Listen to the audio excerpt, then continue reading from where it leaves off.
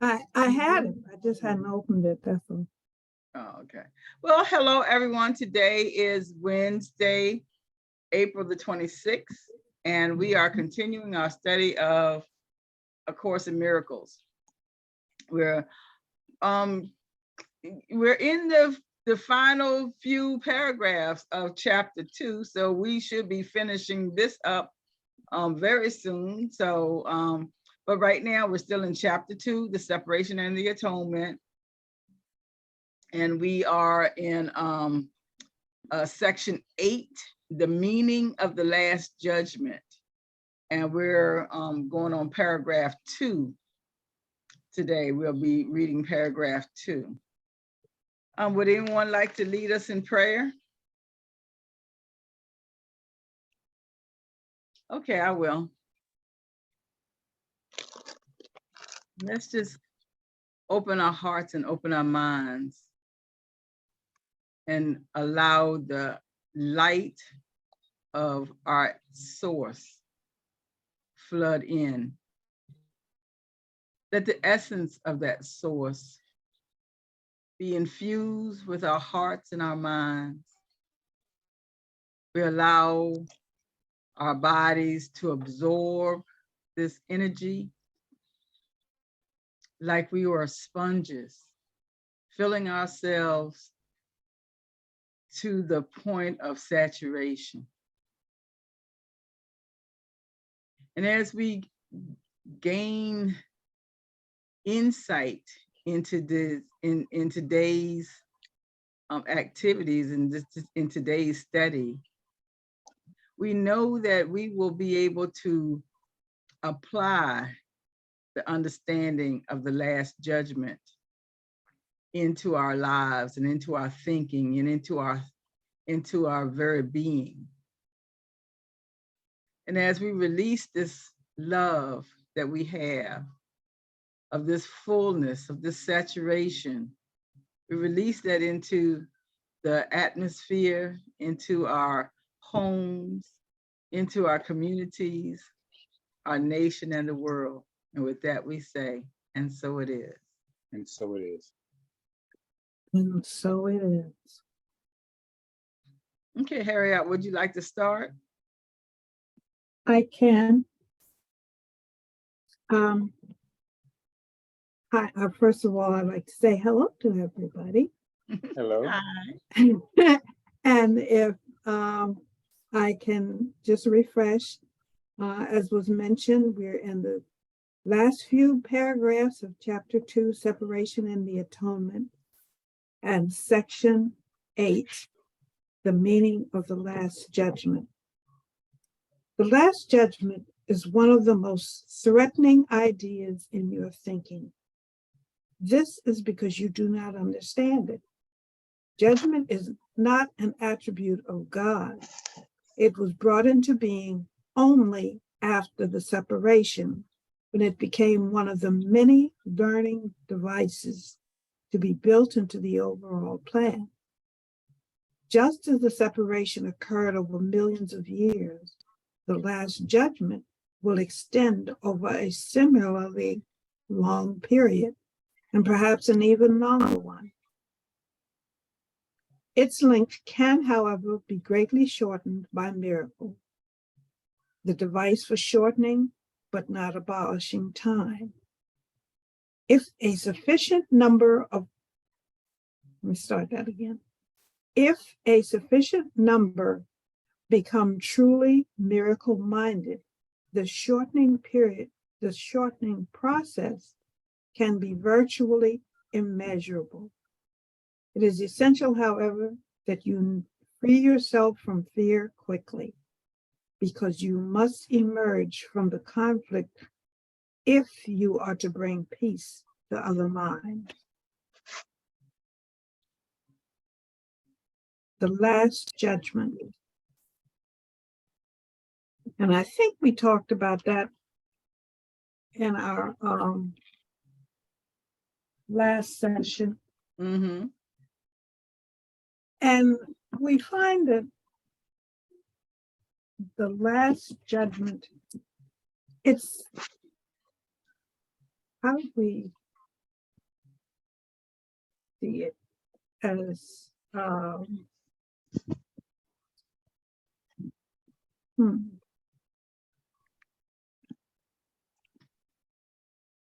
Well, when we think What- that something is going to be empty, like like if we can go back to last week, it says this basic distinction leads directly into the real meaning of, okay, here it is, number 4. Since creative ability rests in the mind, everything you create is necessarily a matter of will. It also follows that whatever you alone make is real in your own sight, though not in the mind of God. This basic distinction leads directly into the real meaning of the last judgment. So when we are, somewhere between magic and miracles, and we're not, and we're seeing them as the same thing, and we don't necessarily understand, because magic is illusion, and a lot of times an illusion can be tempered with fear. But when you are miracle minded, there is no need to fear. So there's no more need for conflict, no need for a sense of separation. Everything is singularity. Is what's the word? Singular. singular. Yeah. The thing that kind of strikes me here, and it's a couple of sentences down, it's the 4th sentence. Is it? Yes. It was brought into being only after the separation, which I think is kind of, because we have been taught since chapter 1 that there really was no separation. Exactly. But now they're saying, so now it's saying is, this thing was only brought on, the last judgment is one of the most threatening ideas in your thinking. And that's because we think that something is finalized, and we think that, we have been taught that you go to heaven or you go to hell. Right. And when you think of the word judgment, well, for me anyway, I think about somebody being critical or passing an opinion on somebody. And I mean, your opinion is your opinion. It's not necessarily the truth. Or judgment also judgment also means that you are judging me on my actions. However my actions are. If my actions are negative, and I will be rightly rightly judged. If I'm a murderer and you sentence me to jail for 140 years because I can't be let out in public, that is a righteous judgment. But it still is, it still celebrates the negativity.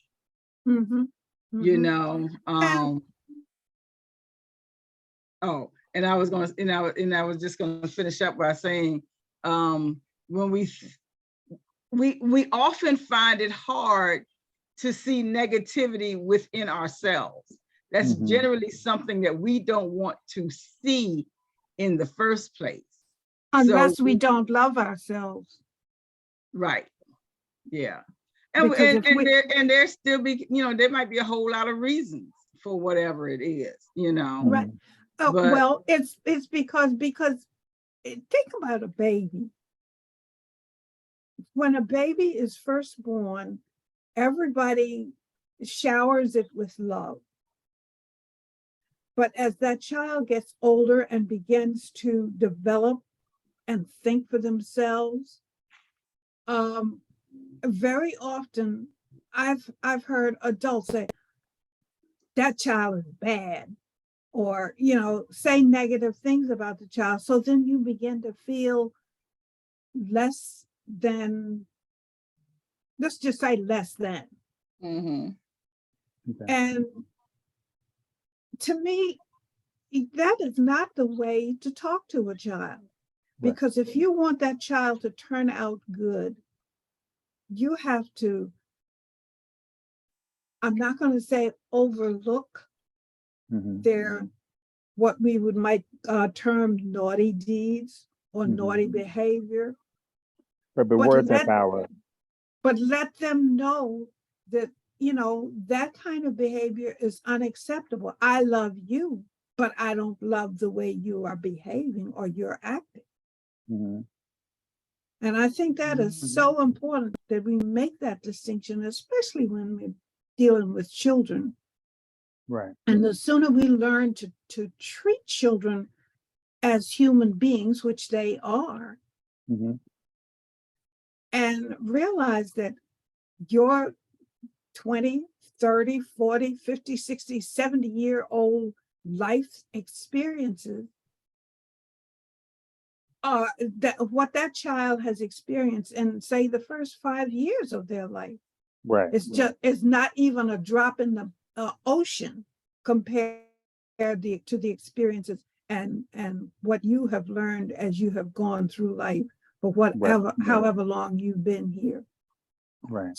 And look at that child and to me, I find it sad that people very often don't, when they look at a child, they don't see themselves in that child at that age. They see themselves as being who they are, and they've always been that way. But that ain't so. I'm sorry. Yeah. Mm-hmm. Mm-hmm. Well, I can use me as example. Can you hear me? Yeah. Yes. Okay. I was always called the class clown, but for me, I was class clown, but I was an entertainer. So a lot of entertainers, like comedians and stuff today, they were the class clown. So for me, that was part of my DNA, of being happy, being joyful, being bad, as you can say, bad as you example. But I always was doing things to make people laugh. And so for me, I was like an entertainer as a child. Mm-hmm. Mm-hmm. Mm-hmm. Mm-hmm. Yeah. And I think this is, this is what this sentence is, this first sentence is saying. The last judgment is one of the most threatening ideas in your thinking. Because when we think about last, that means finality, that, there, that it, that this is the end, and the end of the line can be scary. And as we talked about judgment, it can mean a lot of different things for a lot of different people. But sentence 2 says, this is because you don't understand it. You do not understand it. When we understand judgment as a balance, as opposed to a criticism or opposed to your deviancy being exposed, as opposed to all of those things. If we see it simply as a balance, something that is going to balance the scales so that your positive nature has as much balance, I guess is the best word I can think of, is even to your negative, because we need both understandings. It's Both just sides. yeah, we Yin just and Exactly. need to know how to Right. properly feed those sides. Right. Exactly. Because when you think about Farce, you just hit the nail on the head when you talked about the yin and the yang, because what we're looking at when we take in oxygen, what we're doing is taking what the trees are giving off, and when we exhale, we're giving out the carbon dioxide that the trees and the plants, or plant life, all plant life needs to survive. So it's that yin and yang thing that you just mentioned. Mhm. So when we see things as negative, it's not necessarily a bad thing all the Right. time. Mm-hmm. Right. Yeah. And I think this judgment is not an attribute of God. I think that that's a really interesting line, because we see we see God as a judge Mm-hmm. now, but we see God as a And that right. is that because of what our religious teachings have taught us? Because the Course in Miracles, okay, this line says judgment is not an attribute of God, but even from the very, very beginning, the Course is telling us that God doesn't judge. Okay. Wow. Well, I thought the Course was telling us that God is the only judge. Well, let's deep into Well, that. Let's You deep into that. know, that's yeah. what I thought it was saying, that God is the only judge. God is the only one who can righteously judge, who understands who understands and knows the balance of all things. Because Okay, well, God is, God Go is ahead. not trying to judge for vindication.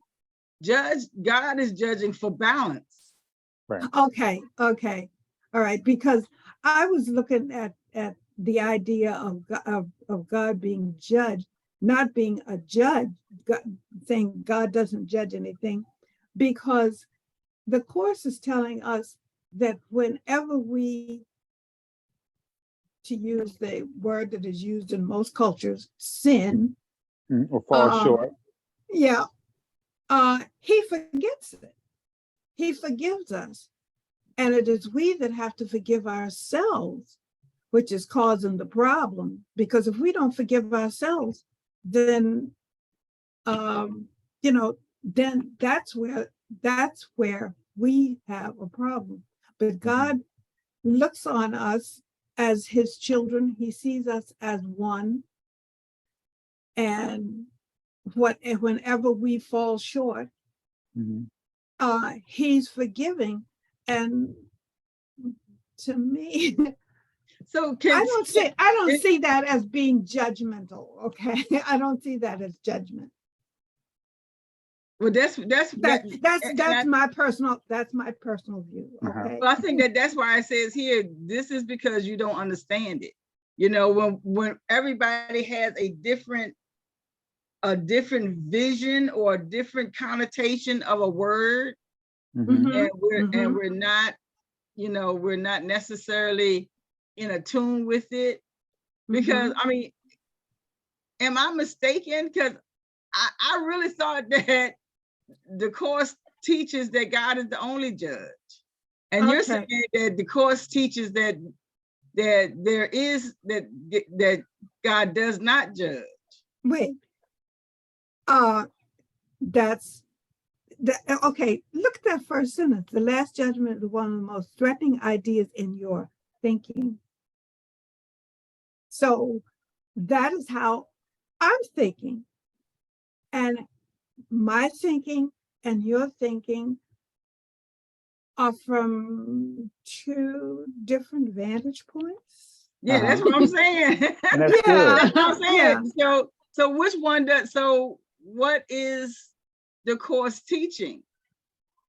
Because I don't see judgment as threatening. I mean, I can understand it. Okay, and if you on I chapter agree. 2, if you on chapter I agree with 2, that. okay, so that's what I'm saying. So can you look it up real quick? You got your concordance. So what does the Course teach us about God and judgment? Okay, looking at the glossary of terms from A Course in Miracles, the mental process of trying to decide what things are, which things are desirable and worthy, and which are dangerous and guilty. This results in rewarding and selecting certain things and punishing and rejecting others. On this process rests our perceptions, our emotions, our attitudes, and our behavior. And from the revealing word, which is Charles Fillmore, judgment, the mental act of evaluation through comparison or contrast, spiritual discernment, the inner voice through whose expression we come into a larger realization of ourselves. So maybe I'm getting my idea more from unity than from A Course in Miracles. And I guess that's the kind of thing that happens when you study a lot of modalities together, you know. Right. And, yeah. And I think that when you do look at different modalities or philosophies, it kind of, first of all, it gives you food for thought, and it kind of, to me, puts things into balance. Yeah. Yeah. But what I think is very important, that even with this group, is that we come with different ideas and different thought processes. And I think as we're able to share our different thoughts of our beliefs, that makes this group powerful, because we come with different thoughts. One person that are Christian, one person that Course in Miracles, everyone comes from different points of view. And I think that's what's very important with this group. That's how we grow. Exactly. And because I don't think either one are the exact right. Who knows? Right. And again, and I agree with you, Forrest, 100%, because, and what is important here is it's all based on our own personal experiences through life. Can you hear me? And we don't judge each other based on, because like the old Indian proverb, was it, don't judge me until you walked a mile in my shoes. Correct. Or Marketing, the Indian proverb. No, and I live by that. I live by that process right there. But see, and all of this is, and see, and I think that this is also where some confusion, because I know, of course, in Miracles says that there is no separation. But here, line 4 says it was brought into being only after the separation, when it became one of the many learning devices to be built into the overall plan. So does this mean that there really was a separation, or it was our sense of separation that made it real? That, you know.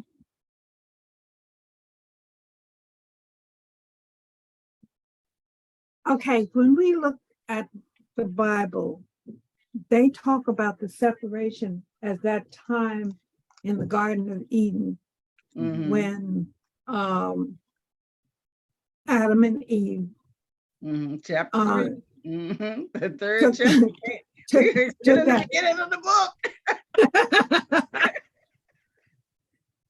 when they decided that they would taste of the fruit of the tree of knowledge. I thought it was another word, supplement. Knowledge of good and evil. Good and evil. That's what I was. That's what I was trying to say. Before that, they were naive and everything was good. But once, and I'm not exactly sure of the wording as far as the Bible is concerned, but it kind of gives the impression that they were naive and they didn't see anything. They didn't judge or see anything in reference to being good or bad, evil or not. But once they had their, quote, eyes opened, that was when they were able to see the difference. Well, I mean, yeah, they were able, they were coaxed into disobedience.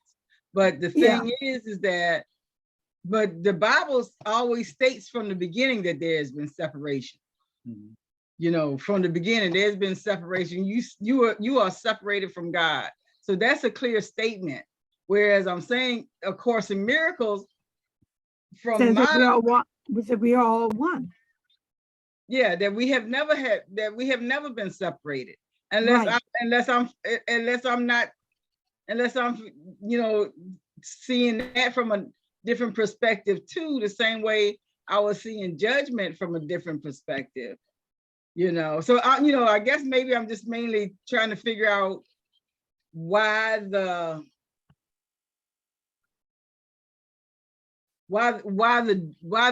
definite, why is the tone so definite, when it has to do with separation. And it says, even when you're looking at, number 5, just as the separation occurred over millions of years. See, now we're talking about the span of time that it took for the separation to occur. Now it's saying that we have, that the last judgment is going to take the same amount of time. Right. I just looked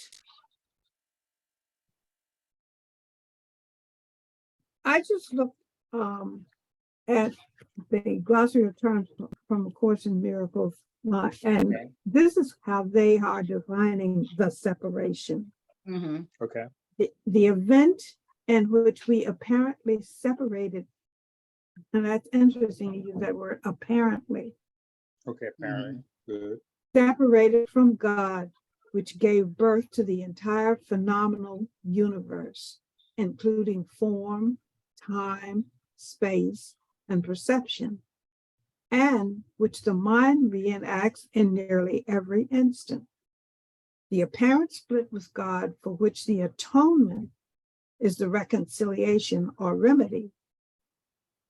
The detour into fear, the descent from magnitude into littleness, the denial of union. The separation began with the idea that we could make ourselves into separate beings who were both special in the eyes of their creator and were self-created. This produced what seemed to be a real event in which we I don't understand this, T-O-R-E. I'm wondering, tore ourselves out of God. I read the whole sentence, it would have made sense. There you go. You said T-O-R-E, I said tore? Yeah, tore ourselves out of God's mind. Shattered heaven into countless separate bodies in intervals of time, because isolated entities became isolated entities and then made a world of separate individuals, forms, and moments. Yet the separation was merely a psychological event in which, through denial and dissociation, we fell asleep to reality and dreamt of separation. In our dream, this experience has lasted billions of years, but in reality, it lasted only an instant. But God's answer ended it immediately. And even this instant never occurred. The core message of the Course is that the separation never occurred. That's deep. Yeah, it is. It's very deep. Okay, so this is talking about the apparent sense of separation. And that really is right in alignment with, you know, what we're studying in Kabbalah, because in order to give, because the, you know, creator is give, and we are receptors, there has to be space carved out. So, because that space carves out seems as if it's empty, it's space for material, is space for more good. And so this is what this is saying here, is that because we began to believe in separation because we're always getting more good. You know, there's always plenty of room to receive. Now, when you say more good, define that for me. What do you mean by that? By more good? Yeah. By more good. No, More I good. know what I'm saying, if you're seeing everything is good, you're going to have more of it. Oh, okay. So continued abundance. Okay. Okay. Because just like we were saying when we first came on, is that even when something appears negative, we still see it as good, because we're getting a lesson from it. We're, you know, we're seeing that this is a seed planted, you know, we're seeing the value of it. Okay. So we're getting more good. We're getting more good, but for me, I don't look at it for myself. Being happy is not for what I'm going to receive, it's not what I have. So I guess when I get that place, or I get that, then I'll be happy. I'm happy in the moment. So it's not a process that I'm going to get. I have it. And so exactly. Because I choose to be happy. And I think it's mindset too. Yes, definitely. Yeah. Well, I'm glad we kind of delved into that a little bit, because I figured that's kind of important, because just like many people, they will simply say that, oh, well, the Bible is filled up with contradictions. And if you really study the book itself, it does not have any contradictions. We might not understand the language, we might not understand the connotations and the denotations that the word itself has. It might be complete and full in an earlier manuscript, and in this one it's kind of sort of washed down or not included at all. So there's a lot of opportunity to misinterpret. And I think that this is why, you know, why reading it line by line and discussing it line by line, we can look at the sentence itself, understand this looks like a contradiction, because I know I've been reading that the Holy Spirit has been telling me that there has not been there is no separation, never has been. But now that I see the definition of it, and it ends up with there has never been a separation, because all of that has been a part of our combined psychosis, delusion that we have made, that is so palpable that it creates things. Things have been put into physicality because of our crazy, I'm gonna say some cuss words, because of our crazy way of thinking. You're right. And, so and go ahead, Paul. Go ahead, Paul. I have a question. So the Bible says BC, before Christ. So if it was before Christ, then what was before Christ? Oh yeah. That's like the law of Moses, which is really an interesting study. Right. We're gonna have to study that one day, because Okay. the law of We'll come back to that later. Go ahead. yeah, I was gonna say the law of Moses, you know, and metaphysical laws, they line up too. Everything is in alignment. Okay. So thank you for bringing that up for us. I'm jotting that note down. That's a Okay. that's gonna be a good topic. Yes. Okay. Mhm. Yeah. Another rabbit hole to go down. Yeah. Okay, so number 4 was Mhm. no, go ahead, because I was just gonna go ahead with the phrase, with the sentence. We have the other topic that we can use is one sin greater than the other. That's the topic that we can talk about. Is one sin greater than the other? Is a sin or is one greater than the other? I would Yeah, say, I don't believe I- in sin. I don't I think would- that stuff is real. well, the course tells us we don't sin. We make Yeah. we make mistakes. We err. Okay. Mhm. Okay. And to answer your question, from the perspective of A Course in Miracles, the first miracle principle says that there is no hierarchy, Mm-hmm. or there is no I forget now what the other word is that they use. But in other words, everything is on an even plane. Okay. Yeah. Yeah. Because even when you think about it, it's sin, S-I-N, in quotation marks. Mhm. It is so personal. You know, if you can go out into the battlefield and kill as many people as you want to, but that's not classified as a sin.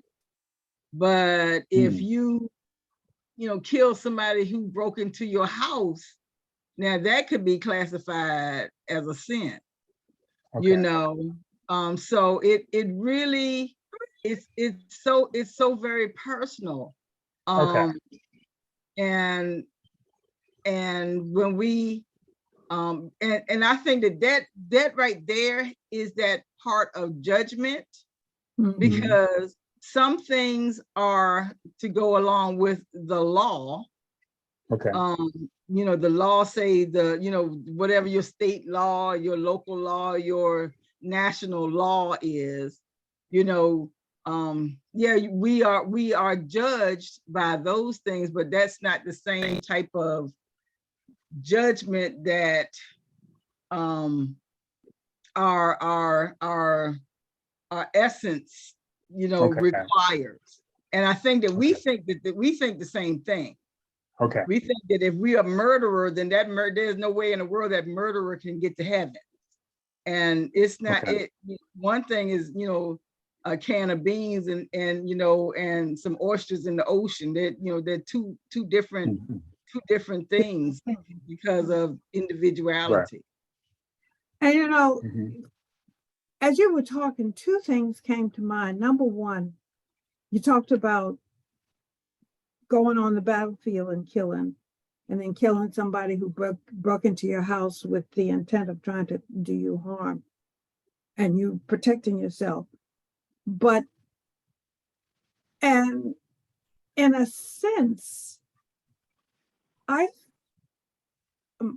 this is my perspective.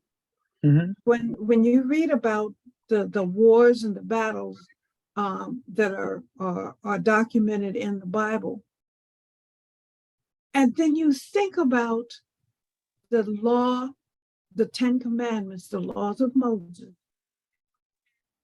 I think it's number 5. Thou shalt no. I think honor thy father and thy mother. Yeah, but the one, thou shalt not kill. Thou shalt not murder. Thou shalt not murder. Yeah, thou shalt not murder. Okay. Yeah, but still, when you take somebody's life, how else do you describe it other than having killed?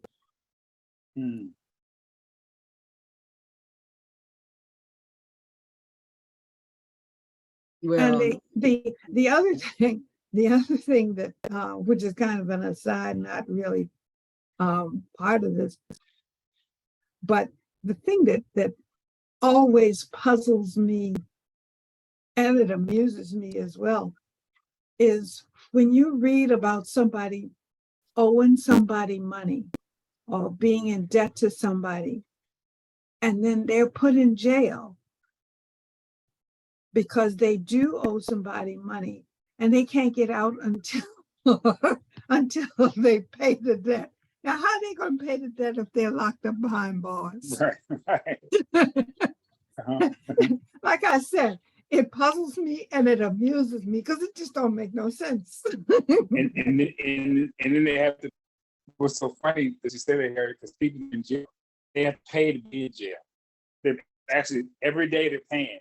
Every single day they're in jail. They're paying like they're in a hotel, but they're paying. It's not a free ride for them to be in jail. They're paying every day. They have a balance. But the funny thing is, how do they pay when they get out? So that's the funny thing. Or I don't the get truth that. is that we pay for them to be in jail.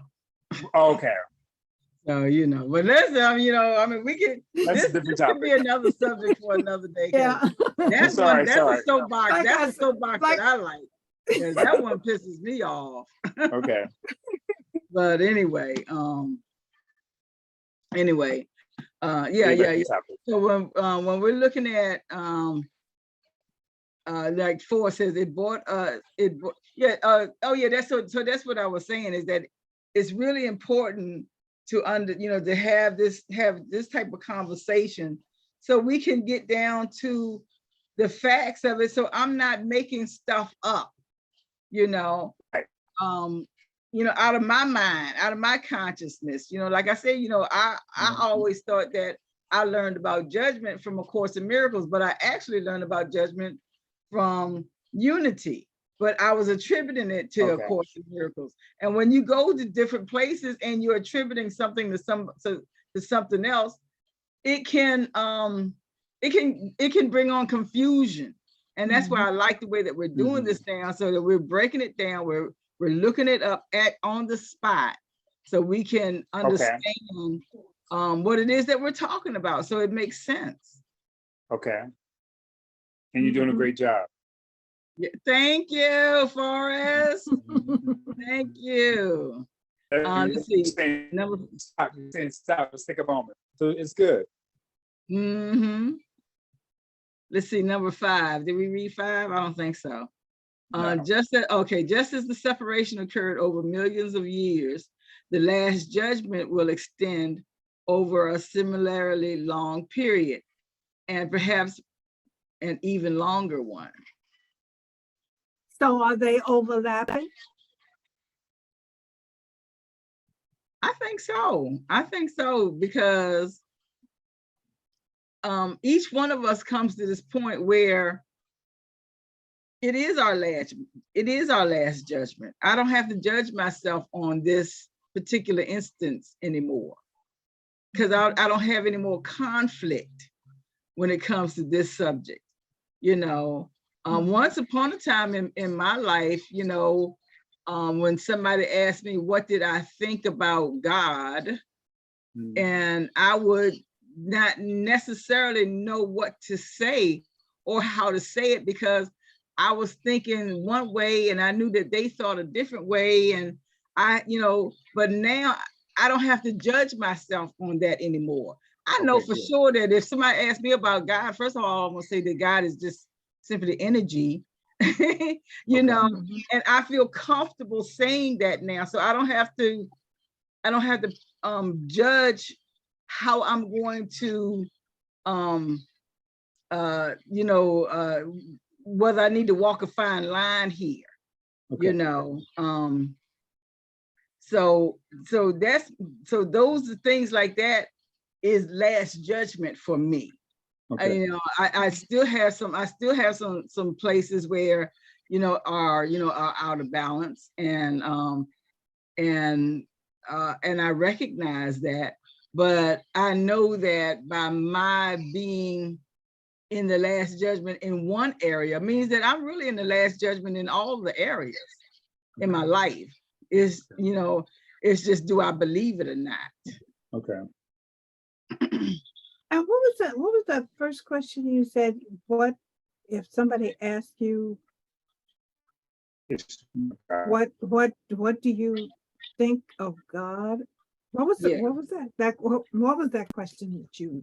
Yeah, that's what the question was. You know, Okay. sometimes, Go ahead. oh, okay, go ahead. No, go ahead. Oh, I was going to say, just, once upon a time when people, because I was a Catholic, they were Baptist, so for some odd reason, they thought that there were different gods, I guess, because there were different religions. Mhm. And I would have to, explain the differences about God, where it really wasn't a difference about God. It was a difference in religion. But I didn't I might not have understood that at the time, but now I understand that. And I don't, and sometimes, and there are some instances where, if somebody wants to think that God is a man and he has, genitals and a toga and a sheep under one arm and a, lightning bolt in another, I don't have a problem with that if that's the thing that works for them. right. But I also don't mind saying that for me, God has no form. Right. And there was a time where I had a difficult time expressing that, where I don't have to judge that anymore. And when I say judge it, whether I really believe that or not. What is it that I really believe? Got you. Right. Yeah. No, the reason I asked the question is because to me,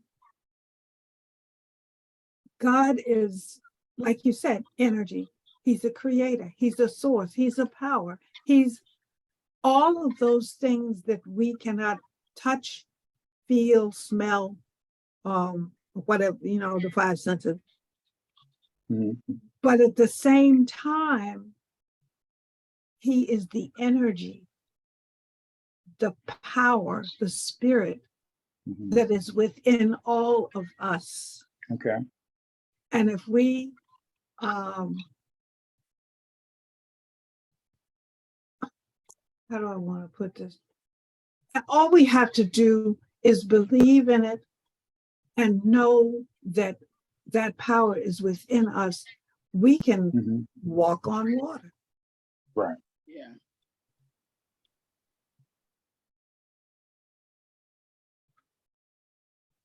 Yeah. And when it says here that the separation occurred over millions of years, so the last judgment is going to be similarly as long a period, perhaps even a longer one. I think that when each and every one of us, whenever we wake up, and I think that that's what awareness is. That is the new birth. That is whatever the Buddhists claim as, when they first come into awareness, right. and, on their pursuit to enlightenment. I think that this is what everything points to, is that place where we open ourselves up to that awareness. Exactly. And I think at that instant, that was, of course, that in itself is a miracle. Right. That in itself is a miracle, that because there, as much as I notice, and I do, a lot of people don't pursue a spiritual life. They're very comfortable where they are, and there's nothing wrong with that. There's nothing wrong with, if you go to, such and such a Baptist church, or there's nothing wrong with that, and you feel elated, when you go there. That's a good thing. But a lot of people really don't pursue a spiritual life. They're very comfortable with, I was born again, I was washed in the blood of the Savior, and I'm good, Mhm. you know. Right. Mhm. So, but when you really are pursuing a spiritual life where you're paying attention to your emotions, you're paying attention to your actions, you're paying attention to your thoughts, you're paying attention to you know, your mumblings even, you know, you're really really changing your life so that it is a mirror image of source. That is Mhm. that can be that can be really difficult, especially in the beginning, you know. And I That is think so that true. that's what this is saying here is that the last judgment, it can take that long until each and every one of us get to this place of atonement. Mhm. Mhm. Can I share Precisely. something? Please. Oh, I think we're very blessed because we come together, because I know even today or last week, I've known 3 people that were in their 20s and 30s that got killed, Mm, that died in the gym. And so mhm. maybe they didn't get the awareness like we have today, because I don't know their path spiritually, but I think we're very blessed because what we're getting today, because we don't know tomorrow, but if what we're getting today, Mhm. it's a gift for what we're being together with this group, Mhm. because we're learning to grow higher in consciousness when some other people maybe didn't get there. Amen. mhm. Amen. Mhm. Mhm. Amen. And we can really, you know, and that's something to really be excited about. Mm-hmm. Um, because everybody, you know, we all have an expiration date. Mm-hmm. All of us, we have an expiration date. You know, we might be here 2 seconds, we might be here, you know, 140 years. You know, we don't know what our Mm-hmm. expiration date is, but to Right. each and every day to fill it with the wholeness and the awareness of essence, Mm-hmm. to be Yes. source, Mm-hmm. you know, regardless of what somebody's religion says, Right. regardless of Mm-hmm. what somebody's Mm-hmm. ideas say, but Mm-hmm. we just simply release source from Mm-hmm. our being Right. and let that be our vibration. Mm-hmm. And you're right, because our source and energy is what we have. Yes. Because I don't Mhm. have to go and say, hey, let me tell you about God, let me tell you about Jesus, let me tell you about anything spiritually. But if we're walking as the light, understanding that Mm-hmm. we are the light, we don't have to Mm-hmm. just say it to own it.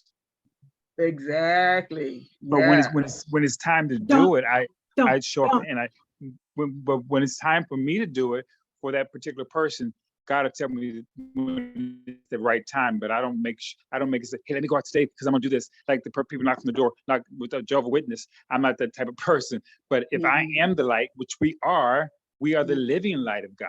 We are the living Mm-hmm. Mhm. light of consciousness, and we are that light. We say, "Oh, ha ha ha!" That's why I live. They say, "Well, why is he like that?" It's because that's the excitement of God in me. That I'm excited. I'm excited to have God in me. Ha! Like that. Mm-hmm. Yes. Mhm. Yes. Mhm. Mhm. Yes.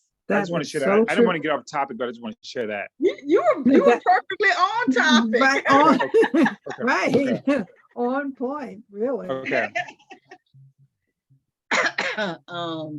So that was number 5, right? That was 5. Yeah. Yes. Yeah. Uh-huh. Okay. I'll read number 6. Its length Okay. can, however, be greatly shortened by miracles. The device for shortening, but not abolishing time. And yeah, that's just what we were talking about a few minutes ago, is Mhm. that it is a miracle when you come to this awareness and when you actively pursue a spiritual life. Mm-hmm. And that in itself is a miracle. Mm-hmm. Mhm. And and and and I can really see this as a device. Looking at, you know, and in my, okay, this is me in my mind, right? It's one of those old-fashioned radios that, you know, you had one knob, the tune, and another knob, you know, to, you know, kind of get Control the volume. right, to control the volume, but you had to, you know, kind of do them together in order for, you know, that's what it seems like to me, is that when, you know, we have to adjust our frequencies to be whole in the one thing. And I see that as a device, when you look at the miracle as a device, that it's me measuring, not measuring up so much, but being in alignment perfectly with whatever the divine frequency is, you know, so that I can hear the station, so that I can hear the fullness of the station, you know. Right.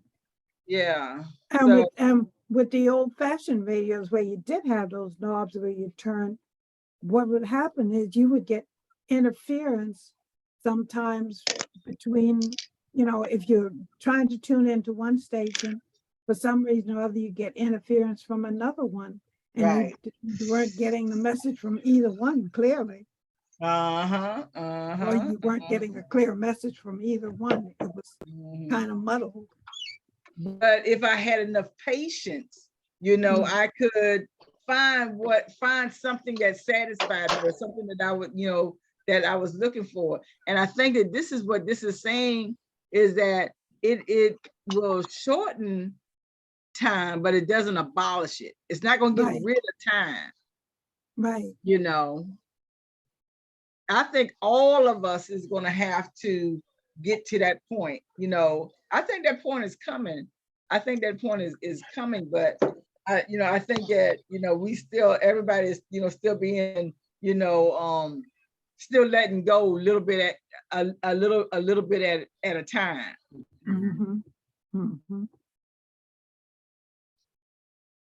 So yeah, I think that, yeah, that, you know, when we are letting go of that place where I'm thinking fear or I'm thinking conflict, but I'm no longer in conflict with myself. So, you know, if I'm not in conflict with myself, I'm not going to be in conflict with you. That's right. Right. I really am not going to waste my time or my sleep or my thoughts on something about you. Oh no.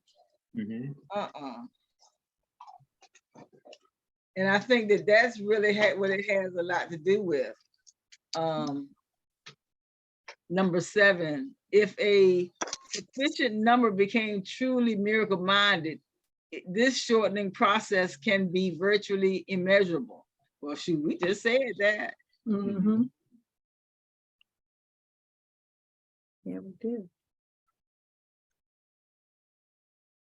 And I think, no, I was just going to say, and I think that little by little, that number is growing. Oh yeah, yeah. I think that this is what organized religion was attempting to do, that they were trying to abolish time, you know, by getting everybody on board, you know, but it can't be forced. It has to be free will. We have to want to come to this on our own, in our own time, when we are ready for it, because it can be frightening. Yeah, it can. It can. And it's just like nourishing the human body. A baby begins by taking in liquids, nothing but liquids. And then eventually soft foods are introduced into the body. And then more solid things once we have teeth where we can chew and masticate, so that the body can accept, because the body is not going to accept solid things. I mean, sometimes as we're eating, we might, something that is not sufficiently chewed up will get down there, but the body knows how to take care of it as it goes through. Right. But it's the same thing with growing more spiritual, I guess is the best way to put it. Mhm. We have to take it. We have to take it a little bit at a time. We start off with the milk, then the pablum, then the whatever. But it takes a while to get to that point where we can, enjoy and digest the solid stuff. Right. And I like it that this says if a sufficient number, because when you think about something, there's a lot of numbers involved. I like to study Kabbalah, and I like Anthony Kozniak on Kabbalah Revealed. Y'all ever get a chance, just watch those. It's 16 episodes, so they're only about like a half an hour. So when you get a chance, just look at them. But like that, the Jewish number of souls is 600,000 or 613. Which has to do with the number of the laws.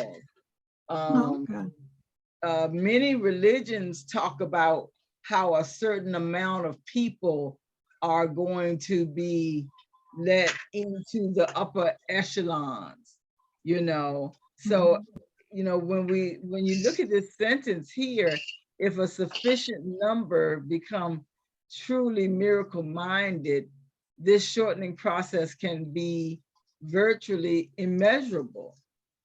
And I think that still, because of ego and jealousy or whatever else, greed or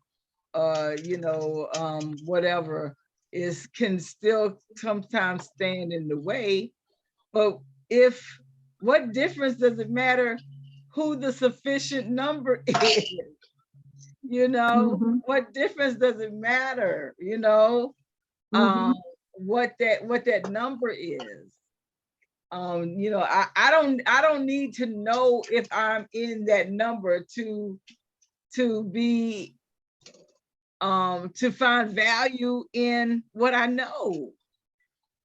And I think that is also a part of our becoming miracle minded. Is that we just simply let go of all judgment, of all egocentricities, of all of our idiosyncrasies, of all of our stuff. And just lay it down for a minute. Take the day off. I tell people that take the day off, let the word run without you today. Right. Yeah. That's what they call a vacation. Yes. And we all need that once in a while. I said the sun's still gonna come up tomorrow if you take the day off. That's right. That's right. That's right. Exactly. You want to read number 8? Okay. It is essential, however, that you free yourself from fear quickly, because you must emerge from the conflict if you are to bring peace to other minds. Yes. And that is so very true. Yes, it is. Yeah, it is. Because I think that's why we haven't done it, because we still have so much fear. A scaredy cat is teaching me how not to be a scaredy cat. Don't you go down that path, though.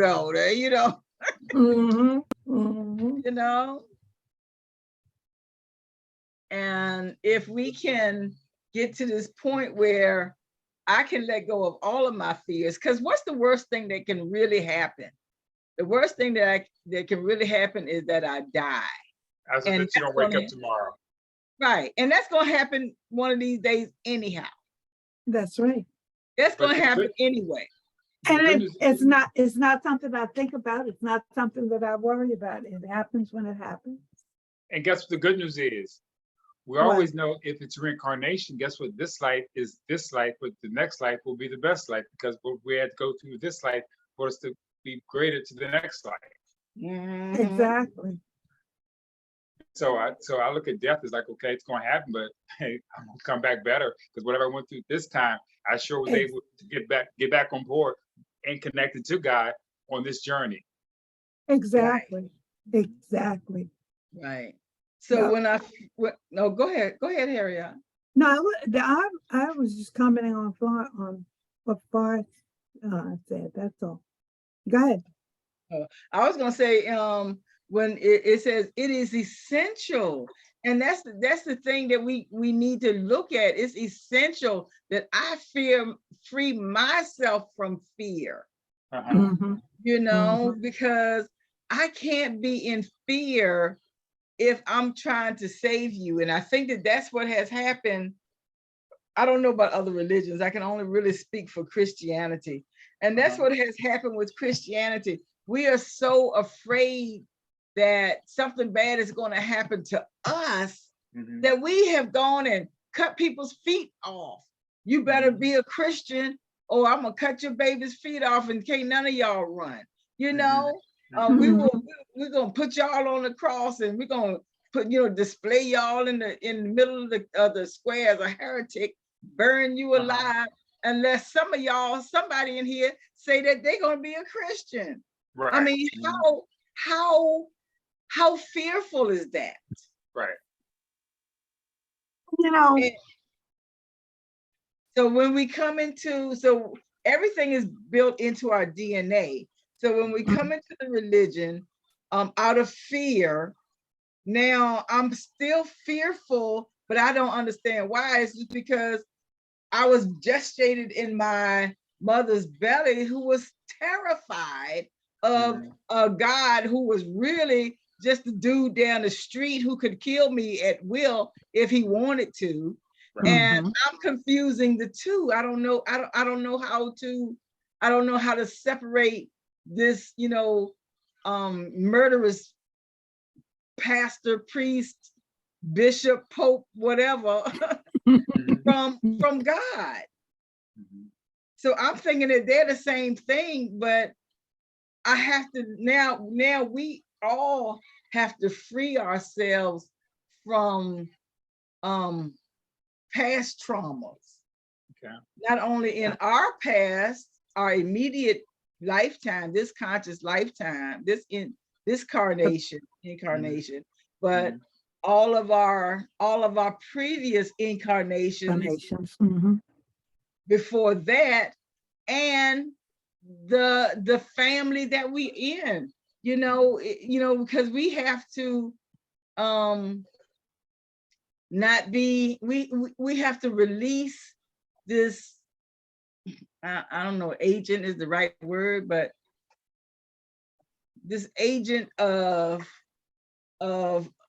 strength, of wholeness, of love, of self, so that we can, so each one of us are not conflicted in our minds about who we are.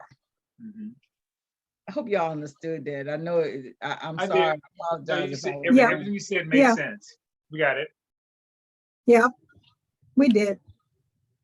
Well, good.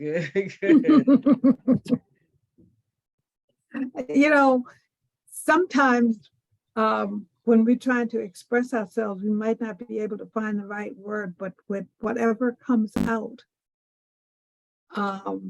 because we are on this journey together, I think we understand each other. Yeah. And that's right. And that's right there. It says if we are to bring peace to other minds, I can't be in conflict with myself. right. No, no. And it's just, it just goes back to one of the lessons. When we forgive ourselves, we can more readily and more easily and feel freer when we are able to forgive ourselves as we forgive others. Because Right. how can you forgive somebody else if you're not forgiving yourself? Right. Yeah. Yeah. That's You know, very you still are burdened with that yoke of oppression. Mm-hmm. Let's take a look at the Manual for manual teachers. for teachers for today. And we are still in characteristics of God, gentleness, Yeah. open-mindedness. Yeah, we're We're on the last one. we're on the last one of this one. Okay. Mhm. I can read this if you want. It's just, I think Yeah, it's you what, can. it's three of It's them. just one. Just, yeah, 3 paragraphs. It's 3 paragraphs. Okay. Yeah. Number 10 is open-mindedness.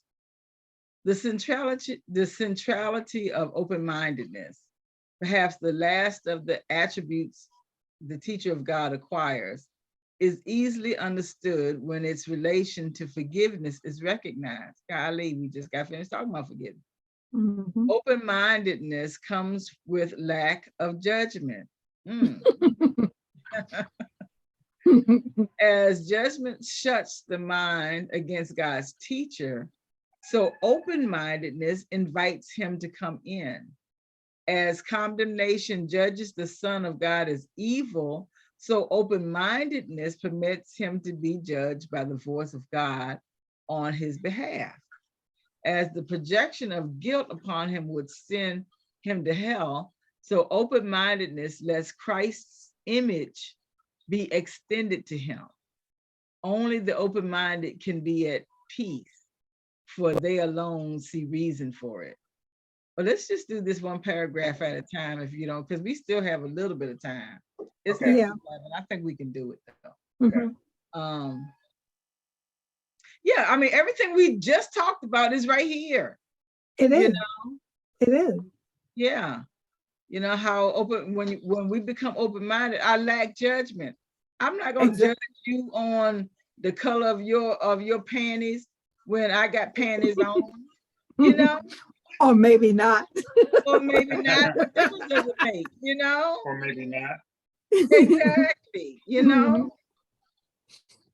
or or if you are, or if I have caused harm to myself or somebody else, and I am judged righteously because of that, I want to be able to find humbleness within myself, to be whole, and not to be not to have to hold on to any mindset of ego, of my ego self.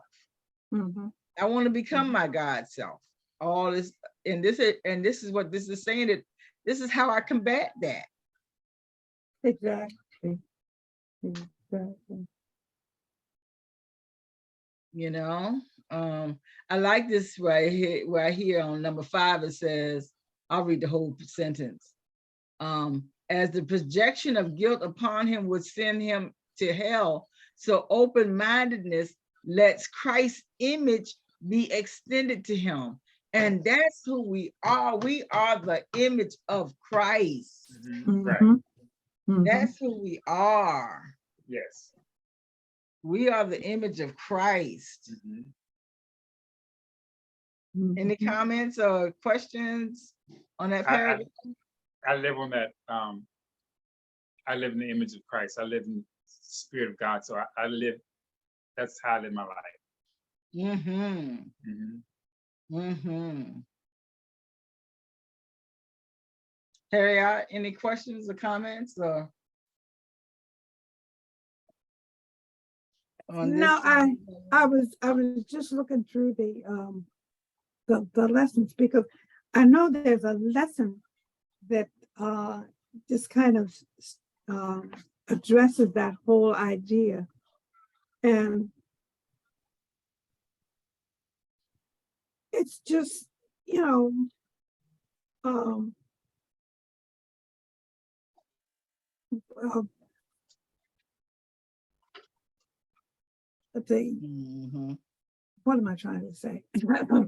It's in there somewhere. You know you're gonna find it. You're gonna find it. Take your time. Take your time. Yeah, I'll go ahead and read number 2. Okay. okay, How do the open-minded forgive? They have let go all things that would prevent forgiveness. They have in truth abandoned the world and let it be restored to them in newness and in joy so glorious they could never have conceived of such a change. Nothing is now as it was formerly. Nothing but sparkles now, which seemed so dull and lifeless before. And before all and above all are all things welcoming, for threat is gone. No clouds remain to hide the face of Christ. Let me repeat that. No clouds remain to hide the face of Christ. Now is the goal achieved. Forgiveness is the final goal of the curriculum. It paves the way for what goes far beyond all learning. The curriculum makes no effort to exceed its legitimate goal. Forgiveness is its single aim at which all learning ultimately converges. It is indeed enough. Wow. mhm, Wow. We had talked about forgiveness, a couple of weeks ago. I can't remember what class it was, but it might have been another Course in Miracles class. It had brought up the idea of forgiveness. And when we forgive, we're not really just abandoning the idea of hurt and right, pain. We I mean, that is a part of it. Yes, we abandon the pain that was caused by the situation or the circumstance, but what we're doing is we are hello. we lost Forrest. Oh, we lost Forrest. Okay. I knew something happened. I can't really tell. Okay. um but we know that what we're doing is we are I kind of lost my train of thought here. Mm. He's back. Yeah, anyway. But anyway, like what I was saying, oh, that's what I was trying to say, is that when we understand forgiveness, I'm not just trying to abandon the pain.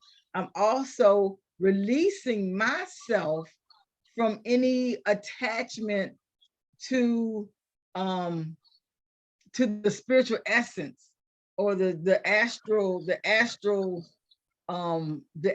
bodies that connect us. I'm releasing myself from that, and I'm releasing the other person from that too. Exactly. Once it's released from me, it's automatically released from that person. And I think that that's one of the things that also helps us abandon the pain of the circumstance and the situation. And I think that that's why forgiveness should be our final goal. I think we should forgive everybody everything. Exactly. Ourselves. Forgive, but not necessarily forget. Well, I think we forget too. Yeah. Well, Yeah, when I say not necessarily forget, what I'm saying is we don't let it linger. We I think the best way I can put this is to put it on the back burner and let it be. Yeah, and we can let it go. We don't even have to have it on the stove. For me, it don't even have to be on the stove. Get out of my house. I know that until you get to where you are, you're not going to be where you are. Right. Right. So, I can't ask you not to be a racist if you're a racist. Right. I can't ask you you know, not to be a misogynist if you're not a misogynist, you know. Right, It right. would be good for you not to be. It would be Exactly, much better for you than it would be for anybody else. But until you exactly, see that, I can't legislate it. So so I guess exactly, that's the right thing. I can ask you exactly. not to be it, but I can't make you not be it. And it's the same way with a lot of the things that they're discussing now as far as what the government should do. What was it today? I heard something about they want the government to legislate who can and who can't access social media.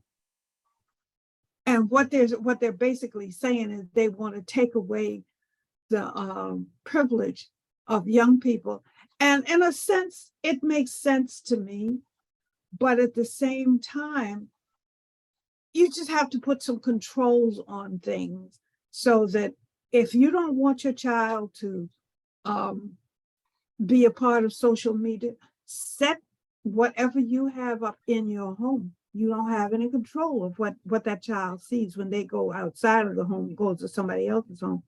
But what I'm trying to say is just don't allow it in your home. And the child will, I think, respect that enough. And if they do happen to see something on social media that they shouldn't really be seeing or learn something from that, they will they'll back away from it. Okay. Because So if we you have to be if honest. whatever you do with your child, if you do it in love, they are going to respect it. Of course, Yeah, you you gotta be always truthful. You gotta be truthful you to kids. You gotta be truthful to everybody. And I think that that's what it is. It's not that they're trying to keep the young people away. They're not trying to keep young people safe. They don't like children. They let people come in and shoot up the children anytime they feel like. Anytime anybody get a willy-nilly up there, you know, Right. somebody can go in And the classroom and shoot up all the children. They don't care nothing about the children. They I no, think really basically care about how strong a connection is becoming, you no, know. no, it's how much can we control you and make you our puppets? right. Yeah, but Yeah. if That's what it boils I down don't think to. the yeah, government so should have thought. yeah, so I mean, if they can't, if that can't happen, you know, but you know, if we are still living in the past and not willing to be honest, just be honest. Be, you know, everybody spy from everybody. We just don't want their spies to know what our spies are knowing. Just be honest Right. about that, you know, Right. and don't lie and you know, because you know, one thing we can't stop people from doing, we can't stop people from exploring The uh world. the world. We can't stop that from happening. No, And you what I think can't. a lot of times I think we have to, as we get older, you know, technology is changing. So kids now can literally talk to the world across the country, across the world. And I think their phones, they don't have to cut them off at the house because their phones are walking computers. Their phones are like a $400, $500, $1,000 for a phone for a child that the child gets at high school. And so I think right now technology is moving forward. So I don't think the government has a right to say, you know, you can't do drag queen shows. If gay people like to go see drag shows, it's like it's a bad place. It's shooting people. No, I think, for example, they should not say we're going to shut drag queens with gay people like that for entertainment. And that For kind of example, entertainment has been around for The beginning eons. of time. yeah. Since the Yeah, beginning of for time. eons. Yeah, Exactly. the beginning of But So time. now why is right now, but I think what the government now is trying to show legislation to say we're going to start certain countries. I mean, states can, you know, stop the drag shows, and that's people's livelihood. Yeah. Well, I think that when we I mean, are, that's an example. yeah, exactly. And that's what this is saying. This is what this second paragraph is saying, is that, you know, when we become open-minded, we forgive everybody everything. You know, exactly? if your lifestyle offends me, I forgive you for that. And I forgive me for that. Mhm. You know, I forgive you for that, because you get to live whatever life you want to live. You know, if I Exactly. think it's weird, okay, I don't have to live that life. But it's also for me to forgive myself because I was angry with you, or I wanted to direct you, or you know, I thought I should be able to control you, and now I realize that I can't. So that pisses me off. So I have to Right. forgive myself for that. I have to forgive Right. myself for being angry or being upset or being offended that I can't beat you down, that you won't let me beat you down. I have to learn how to forgive myself for that. And I have to learn how to forgive you for living whatever kind of lifestyle you want to live, you know? Exactly. And if the direction that I see you going could cause you danger, the only thing I can do is caution you. I can't stop you. And I might not have enough information to know whether you're in danger or not. You might not be in Yeah, danger. I might not, it might be my own fear. You might not be in danger at all. I might need to just simply find out a little bit more information about you. I need more information to make a judgment. I can't make exactly. a And judgment. who knows what guardian angel is surrounding you and protecting you from any kind of danger, Exactly. you know? Exactly. Well, let's read number 3 so we can go ahead and finish up because it's 6:26. Oh, Okay. wow. I know it, right? Yes. You may have noticed that the list of attributes of God's teachers does not include things that are the son of God's inheritance. And I'm going to read that again. You may have noticed that the list of attributes of God's teachers does not include things that are the son of God's inheritance. Terms like love, sinlessness, perfection, knowledge, and eternal truth do not appear in this context. They would be most inappropriate here. What God has given is so far beyond our curriculum that learning but disappears in its presence. Yet while its presence is obscured, the focus properly belongs in the curriculum. It is the function of God's teachers to bring true learning to the world. Properly speaking, it is unlearning that they bring, for that is true learning in the world. And I'm gonna read that one again. Properly speaking, it is unlearning that they bring, for it is the true learning in the world. It is given to the teachers of Hello? God to bring the glad tidings of complete forgiveness to the world. Blessed indeed are they, for they are the bringers of salvation. Yeah. And the thing that I like here is that, in Christ is all things. Christ lives in us, Yes. Yes, he does. but Yes. we are not, we are of Christ, but we are not the Christ. Right. Right. Where the Christ is all of us, hmm we have the essence of Christ in Okay. us. Okay. Mhm. And this is what this is saying directly, is like terms like love, sinlessness, perfection, knowledge, and true and eternal truth do not appear in the context. And the things that were in context was what? Truth and how to discern truth, joy, gentleness, some of the other, what was some of the other ones? Joy, gentleness, patience, Tolerance, tolerance, honesty, honesty. Yeah.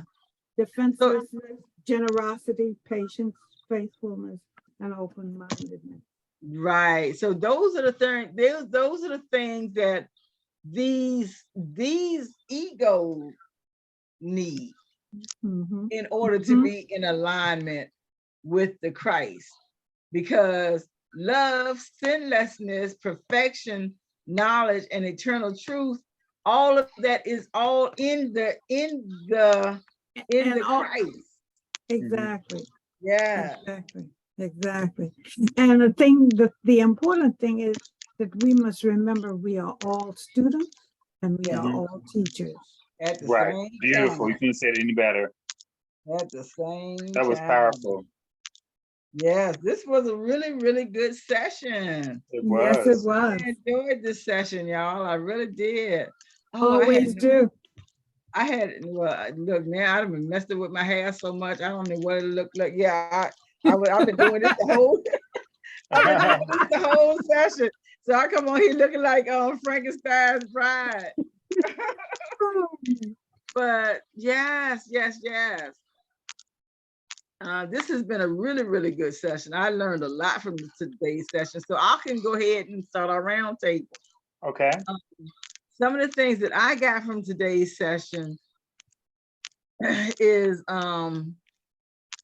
big on it. It slipped my mind. And, you know, I had it, but now it's gone. Come on back. Dun, dun, dun, dun. You want us to come back to you? No, I can go ahead on. The thing that I know that I can do is to stay focused, to keep my attention on the Christ self, because that's really who I am. Mhm. And as the more I release of my fear, all Mhm. fears that I have, and you know, sometimes they come up from, you know, out of nowhere, and sometimes, you know, they're, you know, well thought out fears. Mhm. You know, the more I release from them, the more steady I am going to have that appearance of my Christ self. Yeah. So Okay. yeah, I'm gonna, you know, being focused, staying focused is right here. It's gonna be right here for me right now. How Okay. about one of y'all? What did y'all get from the class today? Well, Well- what I get, go ahead, Harry. You go No, first. go ahead, Paul. Go No, ahead. what I learned from this group is about forgiveness. And so when we get off this phone, the first thing I'm gonna start doing is forgiving myself and forgiving others of the mistakes that I've made recently. So it helps me to understand that I can learn to forgive myself, some actions that I've done, and some actions that whatever happened to me that wasn't right, but I'm going to forgive me of those actions. But first, it starts with me. Mm-hmm. Thank you. How about you, Harriet? Well, for me, I'm going to just piggyback off of what both of you said, but the important thing is to forgive and not to judge. Mm-hmm. And to me, those are the two most important things. Learn to forgive if you feel you've been hurt, and learn not to judge another person for whatever reason you have, or that you feel that you have the right to judge, because you have not walked in their shoes. Mhm. Therefore, you cannot judge. Well, Mm-hmm. beautiful. Beautiful. I'm telling you, this was such a good session today. Yes, I really got a lot out of today's session. me too. I enjoy all of our sessions. Yeah, I do too. I really do. And I just feel myself growing more and more after each one of our sessions, and of course with my studies as well. Mm-hmm. Beautiful. Yeah. Announcements? Yes. Announcements? So just to say, tomorrow we have Forest in the Morning at 11. And then we have the Book of Longings at 7 to 8:30. So tomorrow morning is going to be between 11 and 12 for about an hour, a little bit. It never runs over an hour. It might run short of an hour, but it's so, I think that I Am session is so good because it's that little morning boost that you get, you know, Okay. you get that little morning boost of who you are and who I am. And I can remember that throughout my day. Okay. Good. So it's a short little punch. So please join us for that at 11. At 7, from 7 to 8:30, we have the Book of Longings, and it's by what, Susan Monk Kid is the last name. I don't know why. Susan Monk Kidd. think And that's this book study, this book club is a fictional book, and it's called the Book of Longings. So please join us for that, especially if you had the book. This Saturday, we will have open discussion. So anything that we have talked about throughout our whole of Inner Haven, or anything that's going on in the political world, or anything that we want to know about or talk about or discuss, this is the time to do it. This is that point in time where we're trying to align the present and our knowledge together, so that we can focus more directly and more completely on what it is that we need to do next in our lives. And that is the 29th. And on the 30th, we had the Book of Enoch, because we switched the 17th. We switched the 15th with the 30th. So Saturday we have open discussion, and Sunday we have the Book of Enoch. And that's pretty much it. Oh, let me see if I can make my afro look a little bit presentable now, because it was looking pretty wild. I was looking like Grady for a minute. Or Fred Sanford, somebody. Okay, would anyone like to close us out in prayer? Or does anybody have any questions or comments? Or just don't forget to subscribe, like, and comment on our YouTube Inner Haven YouTube channel. Okay. Okay, thank you. Would anyone like to close us out in prayer? How about you, Forrest? Sure. Dear Heavenly Father, we just come to you as a group, understanding we're connected to you, the source. And with this source, give us happiness. We're healed mentally, emotionally, financially, the overflow given us to us abundantly from you, which all starts from you. We're thank you, God, for his presence in our lives each and every day. When we wake up, we're waking up to know that in us, we're in the source of God. And so it is. And And so so it it is. is. That was fantastic. Thank you Great. so much. Thank you That See so y'all much. tomorrow at 11.